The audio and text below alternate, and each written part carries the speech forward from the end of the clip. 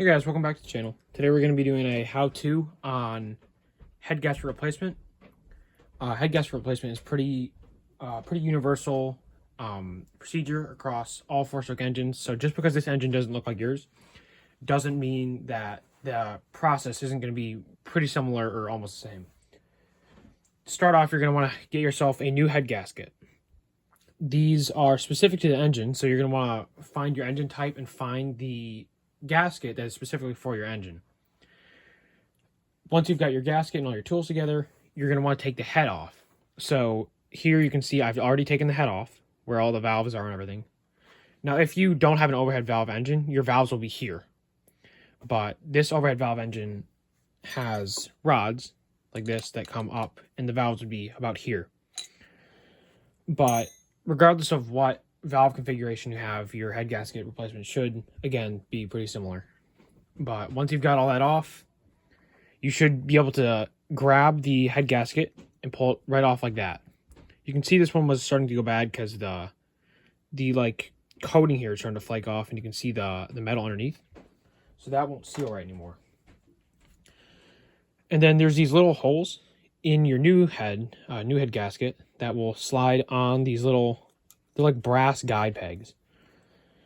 Once you've got that on, you're going to want to take your head, and it will also slide on those little pegs. It's a little tricky to do, not being able to see what you're doing.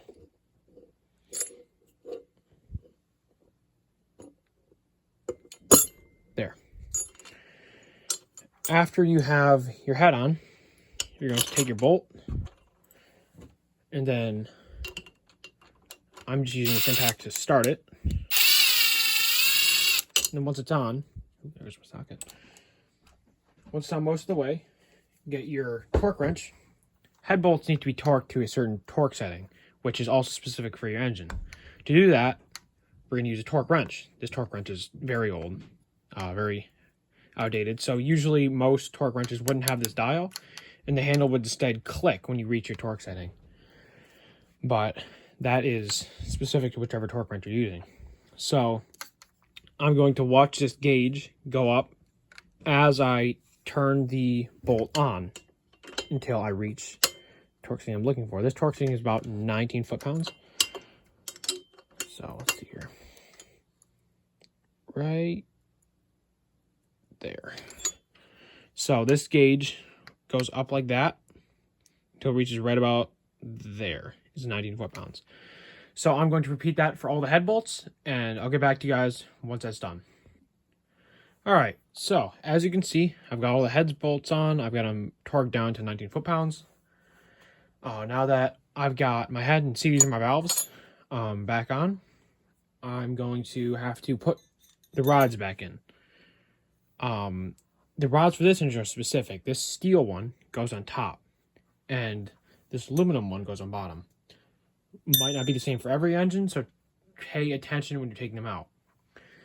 What I'm going to have to do is down in the bottom of this like shaft here, there are little holes that the end of the rod fits into, and that's where the lifters can push the end of the rod up to open the valve. And it is very difficult to get those in to that little like hole while on camera. So I'm gonna have to cut the video again to do that. But before I do, I'm going to explain to you guys how to actually get the valve back to the position it's supposed to be in. So you're gonna have to push down this spring, which might be difficult if you got stiffer springs.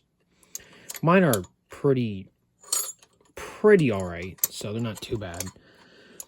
So what I'm gonna have to do, again, really difficult to do while on camera. So I will get back to you once I've done that.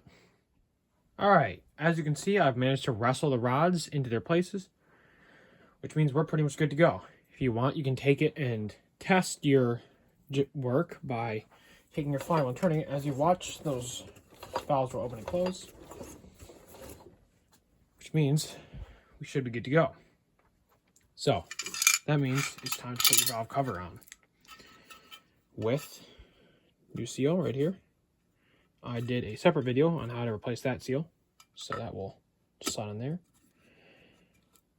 And then you can take your bolts. Always start your bolts by hand if they're smaller like this, because if you don't, they will cross-thread, or they have the possibility of cross-threading, which is a royal pain.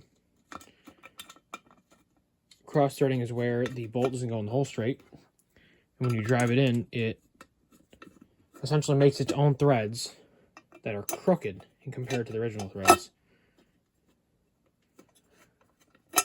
And then now that those are started, then we can take the impact and gently turn them on.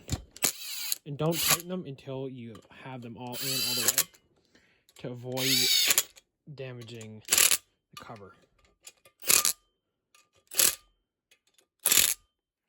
And there you go. All set. Thanks for watching, guys. If there's anything else you want me to see, or anything else you want me to do, drop in the comments. I'll do a tutorial on it. Anything that you think I should have done differently, any suggestions, anything in general, drop in the comments down below. Hope the video helps. Bye-bye.